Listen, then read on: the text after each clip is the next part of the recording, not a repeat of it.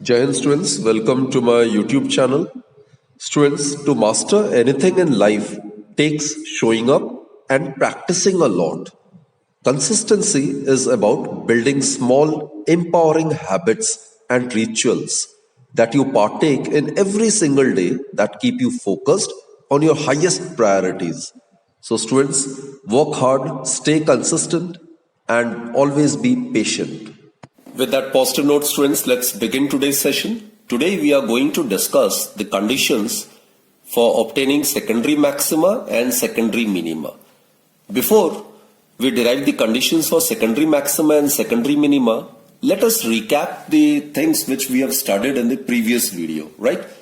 So students, diffraction, as you are aware, it takes place only when the width of the slit is comparable to the wavelength of the light emitted from the source. So this is the condition for the diffraction to take place. And diffraction is actually the bending of the waves around the sharp corners or the edges of a slit or an obstacle, provided the size of the obstacle or the width of the slit is comparable to the wavelength of the wave. Clear, students?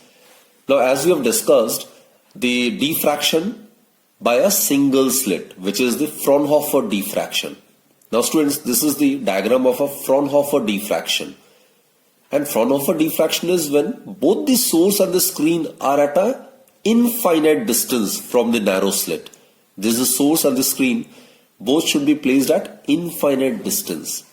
What I mean to say is that in the case of Fraunhofer diffraction, a planar wavefront need to get incident on the slit. So basically in lab, in order to obtain Fraunhofer diffraction, we make use of two converging lenses L1 and L2. Now, if the source is kept at the focus of lens L1, then the rays emerging after refraction from the convex lens would be parallel. So it will appear as if these rays are coming from the source at infinity. So a planar wavefront is associated with it. This is a planar wavefront. So this is a planar wavefront which is incident on the slit, right? This is suppose a planar wavefront. Okay. Now students, due to diffraction what happens? The waves get bent around the sharp corners, and theta is the angle through which the wave get bent or diffracted. And suppose this lens helps the waves to get converged at any arbitrary point P on the screen. Now as stated earlier, this point P, the intensity at point P will depend on the path difference between the secondary waves emitted from the corresponding points of the wavefront. Now actually what happens is, according to rectilinear propagation light, a sharp bright image of the slit is to be obtained at the center of the screen. This is what we expect, but actually it is not so. In practice, we get a diffraction pattern, that is a central maximum at the center O, which is flanked on both the sides by alternate dark and bright fringes, which are known as secondary minima and secondary maxima respectively, right? Actually, Fresnel gave correct explanation of the phenomenon of diffraction of light on the basis of Huygens' theory of secondary wavelets. Now, according to him, diffraction results due to the interference of secondary wavelets starting from different portions of the primary wavefront, which is not blocked by an obstacle or which is allowed to pass by an aperture or slit. So these are the different points on the primary wavefront which will act as a source of secondary wavelets. Clear, students? Okay. Now students, the path difference, let us find out the path difference between the secondary waves reaching point P from AB. This is suppose A, and let us consider this to be B. So let us draw this diagram again. Like this is the slit A, B, and the width of the slit is considered to be small letter A. This is the width of the slit. It is considered to be A. Now as per the rectilinear propagation of light will travel along straight path. This is the original direction, right? Now as the light or the wave bends, suppose it get diffracted through angle theta like this. So our objective is to find out the path difference between the secondary waves reaching point P to point P. And these are the waves which are emitted from points A and B, and this is angle theta. Now in order to find out the path difference between these two waves from A and B in reaching P, what we do is we drop a perpendicular from point A. Let us drop a perpendicular from point A like this. Now look students, this is 90 degree, right? This is 90 degree and this angle is theta. So this remaining angle is 90 minus theta. Now this is a triangle, make use of angle sum property. This is 90 degree, this is 90 minus theta. So this angle would be also theta, isn't it? This is angle theta. So let us consider this to be point N. Now consider this right angle triangle, ABN. Consider this right angle triangle. In triangle BAN, consider sine theta. Sine theta is perpendicular by hypotenuse, that is BN divided by AB. That is BN is equal to AB sine theta, or BN is equal to AB is the width of the slit, that is small a sine theta, right? And students, here BN, it is actually the path difference between the waves from A and B in reaching point P. After this distance AN, this is the same distance covered by the waves in reaching point P. So the path difference would be BN. So again I repeat students, the path difference between the secondary waves reaching point P from A and B would be this one, this distance, which is BN. So BN, which is equal to A sine theta, is actually the path difference between the secondary waves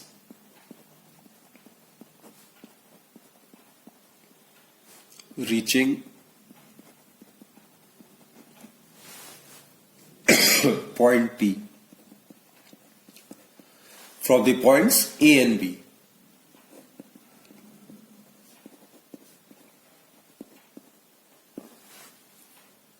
The path difference between the two waves emitted from A and B in reaching point P is given by, just now we have discussed, it is given by Bn, it is equal to A sine theta, isn't it? A is the width of the slit, right? Now suppose that point P on the screen is at such a distance from the center of the screen that Bn is equal to lambda and theta equals to theta 1. So let us consider Bn is equal to lambda and theta is equal to theta 1.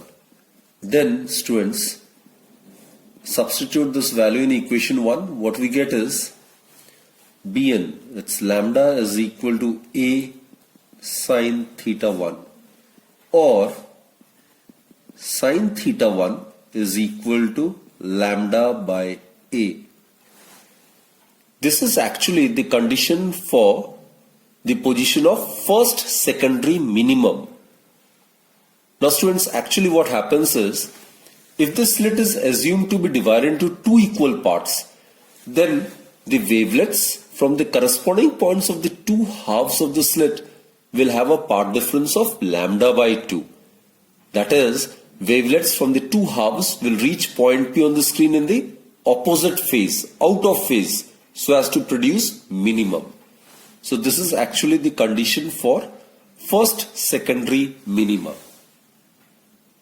Now in order to explain this condition or the position of first secondary minima, what we assume is, we assume the slit to be divided into two equal parts. Suppose this is the midpoint of AB, this is C. So this distance would be A by 2 and CB would also be equal to A by 2, isn't it? Now students, if you draw a parallel line to BN, then what happens is, suppose this is CM. As per the midpoint theorem, if BN is lambda, then CM, it would be equal to lambda by 2, isn't it? So basically students, if the waves which are emitted from 2 points on the primary wavefront possess a path difference of lambda by 2, then what happens is they meet point P on the screen out of phase. It is because we know that phase difference is related to the path difference by 2 pi by lambda into x. Now, for path difference of lambda by 2, what we get is phi is equal to 2 pi by lambda by 2. Lambda get cancelled, 2 get cancelled. So phi is equal to pi. So phi equals to pi means crest of one wave falling on the trough of the other. So it is basically out of phase or opposite phase. So when two waves meet a point on the screen out of phase, having phase difference of pi, then they result into destructive interference where the intensity of light would be minimum, right? So basically now look students, I have divided, or rather assume the slit to be divided into two equal parts, right? So this distance CM would be lambda by 2. Clear? So the waves emitted from the points A and C will have a path difference of lambda by 2. Right? The optical path covered by the waves from this line in reaching point P would be same. So the path difference of the waves emitted from A and C would be this distance, which is lambda by 2. So therefore these two waves on reaching point P will meet out of phase. That is, the crest of one wave will fall on the trough of the other, thereby resulting into minimum intensity. Similarly students, if we consider these 2 points, then the waves emitted from point C and point B will have a path difference of lambda minus lambda by 2. That will be again lambda by 2.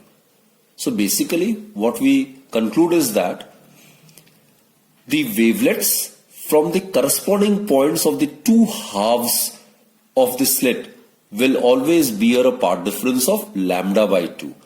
And whenever the waves have a path difference of lambda by 2, then the wavelets from the two halves tend to reach point P on the screen in opposite phase. That is, the crest of one wave falling on the trough of other, or vice versa, so as to produce minimum. Clear students? Suppose this is a point. This will act as a source of secondary wavelets. This is the wave going, right? The corresponding point on the other half of the slit would be like this. So these are the two waves emitted, 1 and 2 from these 2 points, corresponding points on the two halves of the slit. The path difference of these two waves, 1 and 2, in reaching point P will be this portion minus this portion, which will again come to be lambda by 2. Therefore, these two waves in reaching point P will meet out of phase, thereby cancelling out the effect of each other or producing minimum. So that is the reason why sin theta 1 equals to lambda by A. That gives the position of first secondary minimum. Now students, let us consider Bn is equal to 2 lambda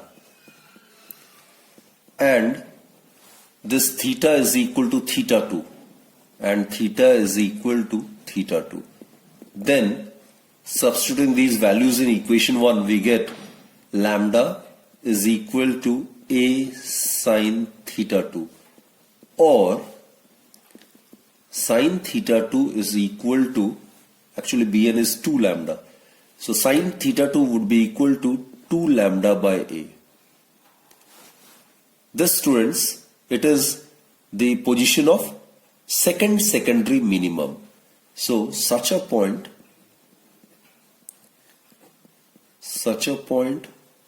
on the screen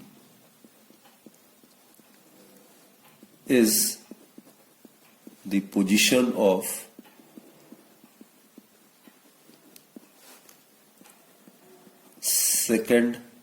secondary minimum.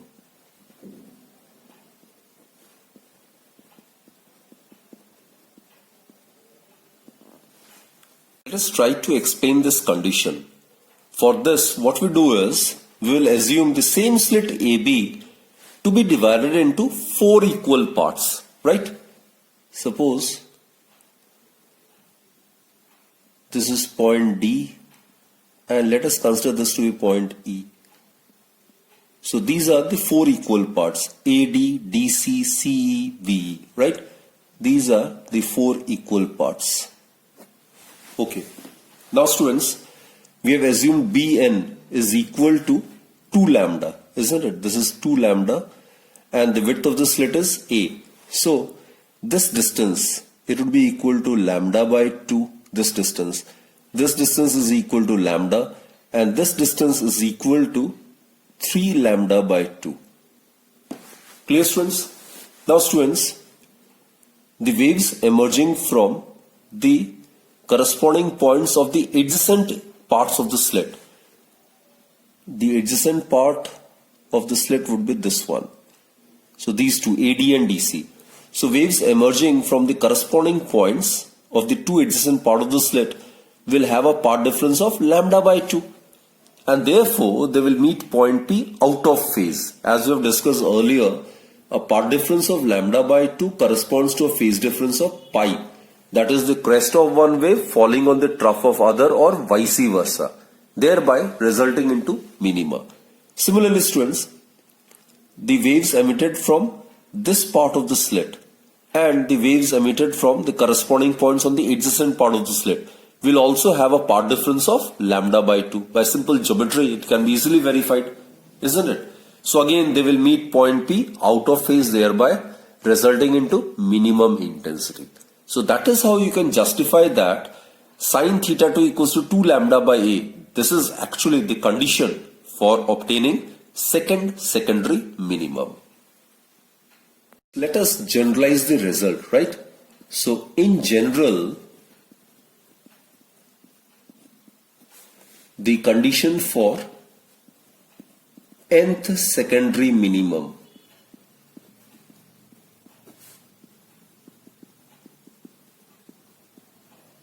at point P would be sine theta n is equal to n lambda by A, right? Where n is to be started or initiated from 1, 2, 3 and so on. If n equals to 1, then it will become sine theta 1 equals to lambda by A. That, as we have discussed, is the condition for first secondary minima. For n equals to 2, sine theta 2 would be equal to 2 lambda by A. That is the condition for second secondary minimum, where we have explained the condition by assuming the slit to be divided into 4 equal parts. For n equals to 3, we will get sine theta 3 equals to 3 lambda by A. Here we will assume the slit to be divided into 6 equal parts, right? So generalizing, we get the condition for the n secondary minimum as sine theta n is equal to n lambda by A, where n equals to 1, 2, 3 and so on. So suppose this is the slit AB and its width is considered to be small a, which is comparable to the wavelength of the wave. So this is the diffracting angle theta n, and this is an arbitrary point P. Suppose it is the distance of nth secondary minimum from the center of the screen, right? Now students, it's a right angled triangle. So in triangle P, suppose this point is C. In triangle PCO, what we get is tan theta n is equal to yn divided by base, perpendicular by base. This distance between the plane of the slit and the screen may be considered to be capital D. So capital D is the distance between the plane of the slit and the screen, right? So in this case, tan theta n would be equal to perpendicular by base, so yn divided by D. Now in practice students, point P lies very, very close to point O, or in other words, theta n is very, very small. So in practice, theta n is very, very small, and therefore sin theta n can be approximately equated to tan theta n, and hence equating these two, what we get is yn divided by d is equal to n lambda by a, which implies that yn is equal to n lambda capital D divided by a. This is actually the distance of the nth secondary minimum from the center of the screen, right? Now students, for n equals to 1, y1 it is equal to lambda capital D by a. So this is actually the distance of first secondary minimum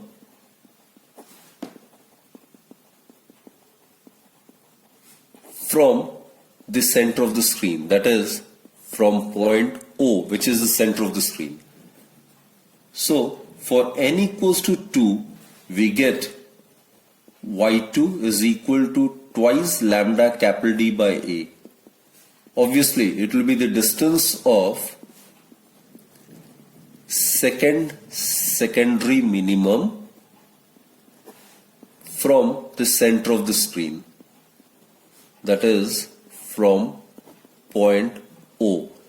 Similarly, for n equals to 3, we get y3 is equal to 3 lambda capital D divided by small a, which will give us the distance of the third secondary minimum from the center of the screen. So, for n equals to n, we get yn is equal to n lambda capital D divided by small d. So this is the distance of nth secondary minimum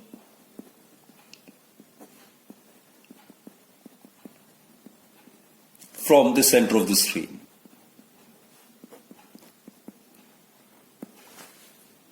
The width of the secondary maximum will be given by the distance between two successive secondary minima from the center of the screen. Therefore, mathematically, the width of the secondary maxima, it will be given by yn minus yn minus 1, or it may be given by y3 minus y2, or y2 minus y1. So students, you can solve it.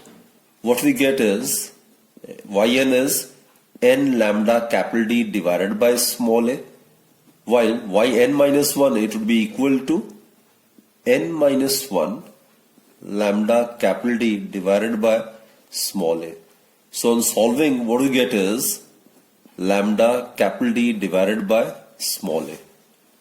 That is, the width of the secondary maxima, it is equal to lambda capital D divided by small a. So width is directly proportional to the wavelength, it is inversely proportional to the width of the slit, and it is directly proportional to the distance between the plane of the slit and the screen. One more important point, students, beta, it is independent of n. So what we conclude is all the secondary maxima are of equal width beta. Students, the path difference of the waves emitted from A and B is Bn, and we are aware the path difference Bn is given by A sin theta, right? We have considered this to be equation number 1. Let us consider Bn to be equal to 3 by 2 lambda, and suppose theta is equal to theta 1 dash. Then substituting this value in equation 1, what we get is 3 by 2 lambda is equal to A sine theta 1 dash, or sine theta 1 dash is equal to 3 lambda divided by 2a. This is, students, basically the position of the first secondary maxima, right? So such a point on the screen is the position of first secondary maxima.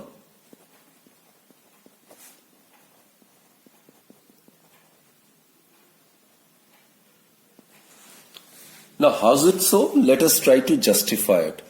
Now, students, AB, as you are aware, it's considered to be the slit and its width is A. This is the angle of diffraction theta 1 dash. This is theta 1 dash.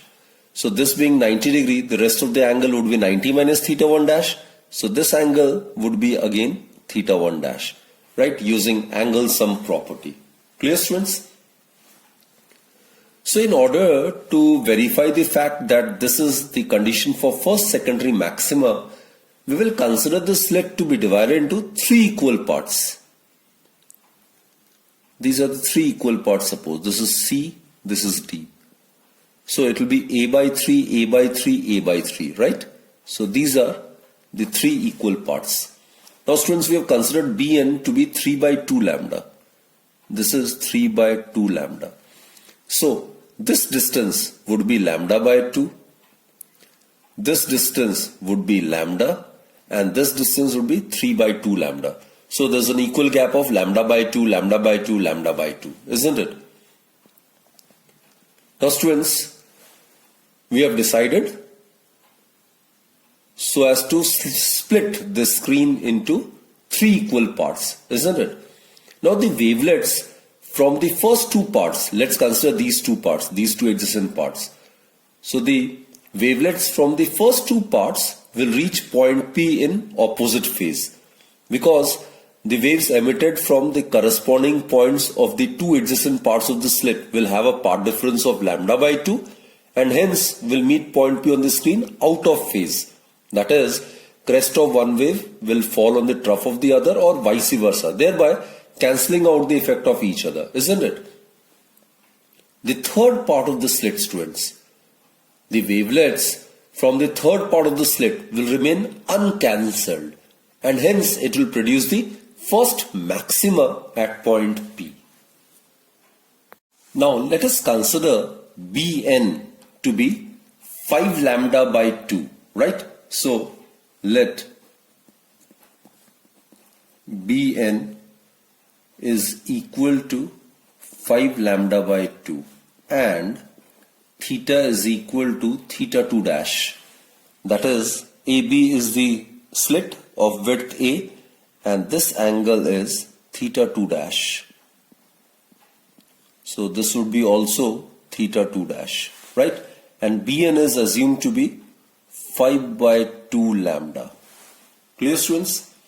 So here, if you substitute this value in equation 1, what we get is 5 by 2 lambda is equal to A sine theta 2 dash, or sine theta 2 dash is equal to 5 lambda by 2a. This is the position of the second secondary maxima.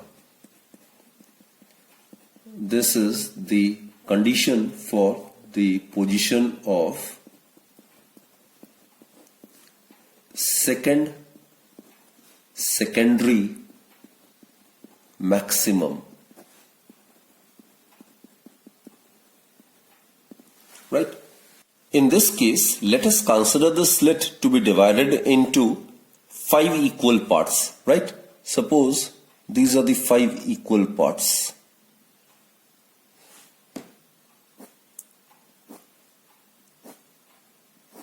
Okay, these are, suppose, the 5 equal parts. Now, students, Bn is considered to be 5 by 2 lambda, right? So this distance, it would be equal to lambda by 2, this distance would be equal to lambda. This distance, it would be equal to 3 lambda by 2. This distance would be equal to 2 lambda, and this is equal to 2.5 lambda or 5 by 2 lambda. Now students, the waves emerging from the corresponding points of the two adjacent part of the slit will have a path difference of lambda by 2, and hence will meet point P on the screen out of phase, thereby cancelling out the effect of each other, right?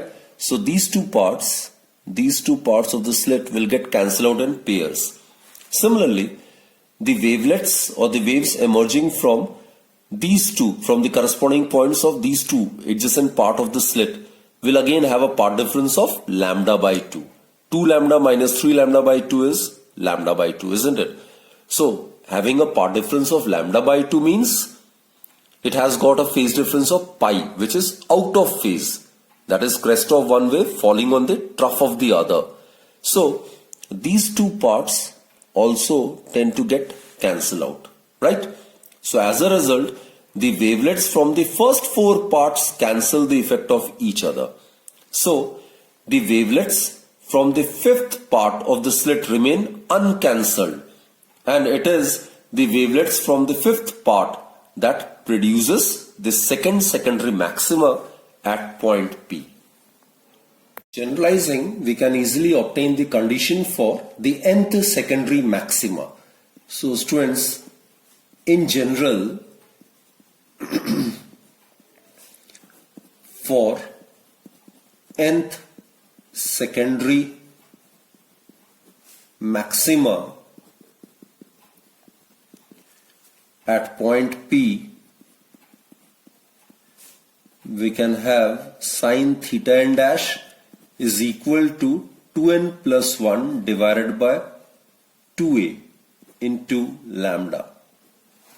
Now here n is to be initiated from 1.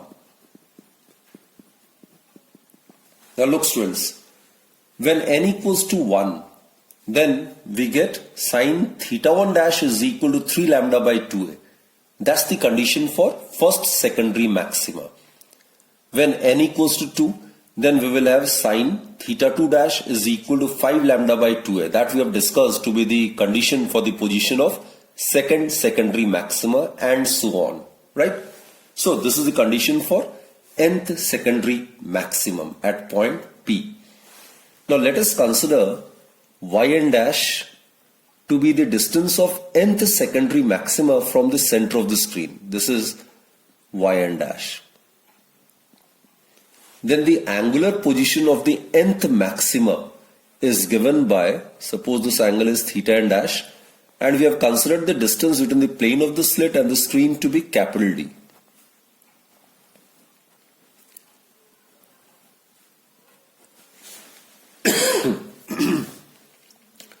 So in this particular triangle, we can consider triangle P, suppose this is point C, PCO. We can consider tan theta n dash. It would be equal to perpendicular by base. So that will give us yn dash divided by d. Now since students, in practice, theta n dash is very, very small. Therefore, sine theta n dash is approximately equal to tan theta n dash. Or in other words, we get yn dash divided by capital D is equal to 2n plus 1 divided by 2a into lambda. That is, yn dash is equal to 2n plus 1 divided by 2a into lambda d. This is actually the distance of the nth secondary maxima from the center of the screen. So for n equals to 1, we will have y1 dash is equal to 3 lambda capital D divided by 2a. It will be the distance of first secondary maximum from the center of the screen. And center of the screen is 0.2, right? Similarly, for n equals to 2, we will have y2 dash is equal to, here we will get 2 into 2 plus 1, that is 5 lambda capital D divided by 2a. It will actually give us the distance of secondary maxima from the center of the screen. And similarly, students, for n equals to 3, we will get y3 dash is equal to 7 lambda capital D divided by 2a, which will give us the distance of the third secondary maxima from point O, which is the center of the screen. So, for n equals to n, yn dash, it is equal to 2n plus 1 lambda capital D divided by 2a. It obviously will give us the distance of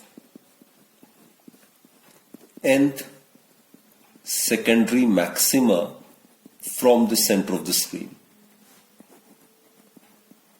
From the center of the screen. Right?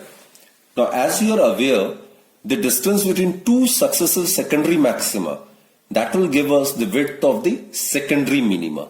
So, now let us find out the expression for the width of secondary minima.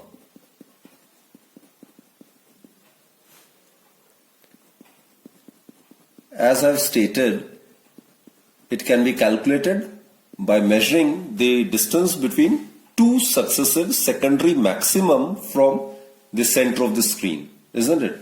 So basically, the width of the secondary minimum,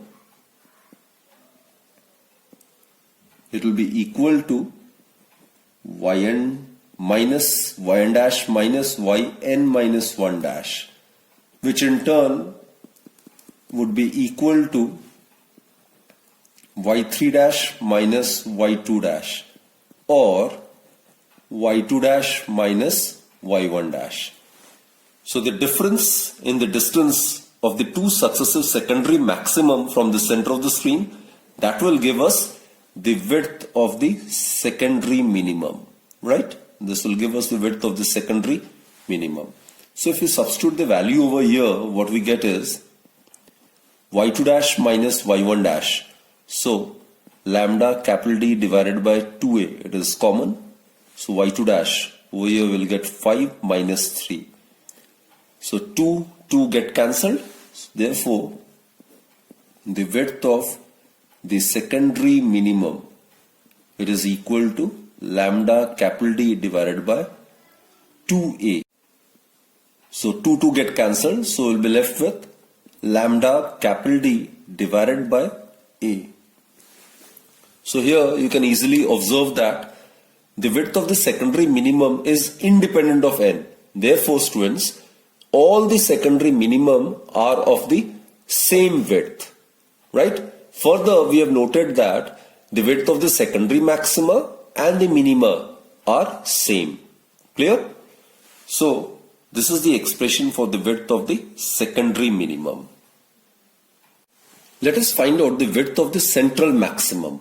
Now suppose this is the screen, students. A diffraction pattern consists of a central maximum which is flanked on both the sides by alternate dark and bright bands which are known as secondary minima and the secondary maxima respectively.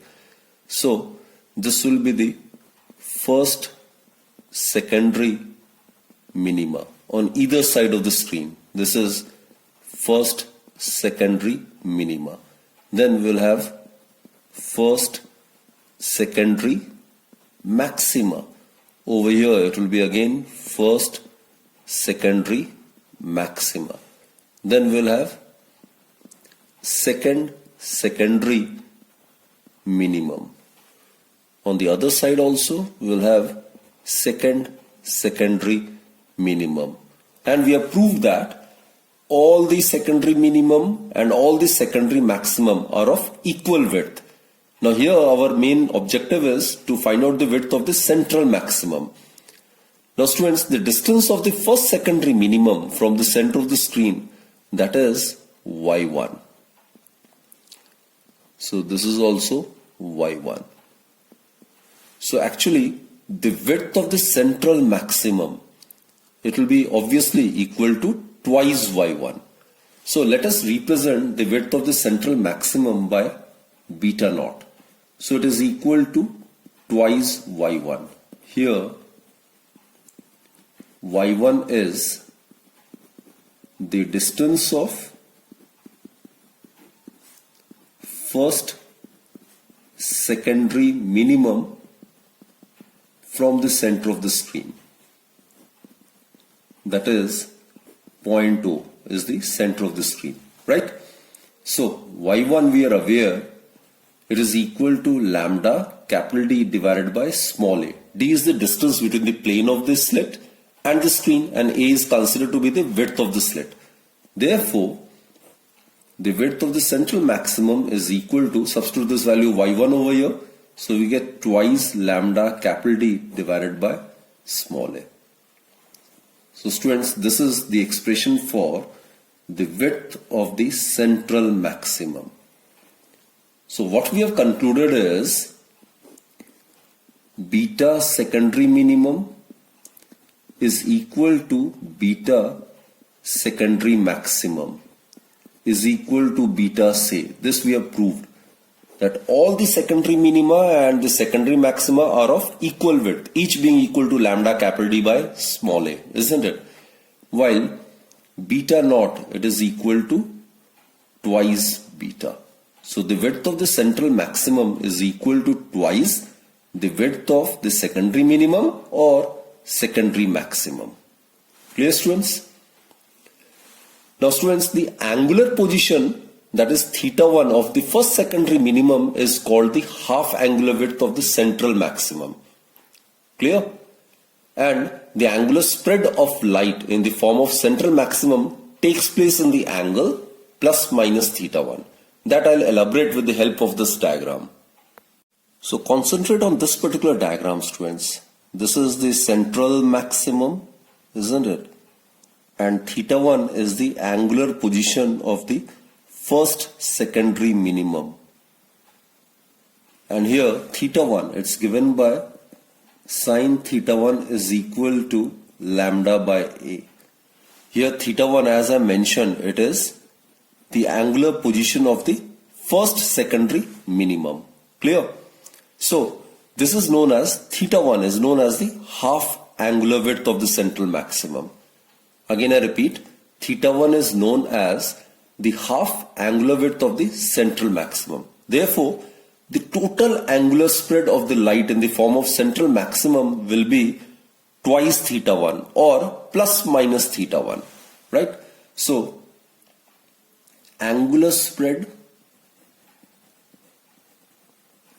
or the angular width of the central maximum, angular spread of light in the form of central maximum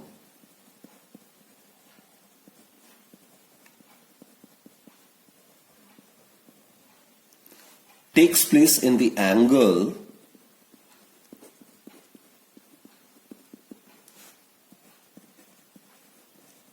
you can write it in two ways. You can write either 2θ1, this is the entire angle 2θ1, isn't it? Or you can write it like this, plus minus θ1. If this is positive θ1 and this will be negative θ1, right? So this is the angular spread of light in the form of central maximum, or this is the angular width of the central maximum, which is twice θ1 or plus minus θ1. Here θ1 is the angular position of the first secondary minimum. Clear, students? So students, I hope you have understood each and every topic and derivation of this particular lecture, right? This was a very, very important lecture, Actually, it's pretty important from board examination point of view. This condition for the secondary minima and secondary maxima, as well as the width of the secondary minima, secondary maxima, and the central maximum can easily come in the 5 marks question category. So students, do revise all the articles as it's pretty important. And that's it for this particular session, students. Do join me in my next lecture then, right? Till then, do take very good care of yourself and stay happy, stay healthy, and always have positive approach towards your life. Thank you.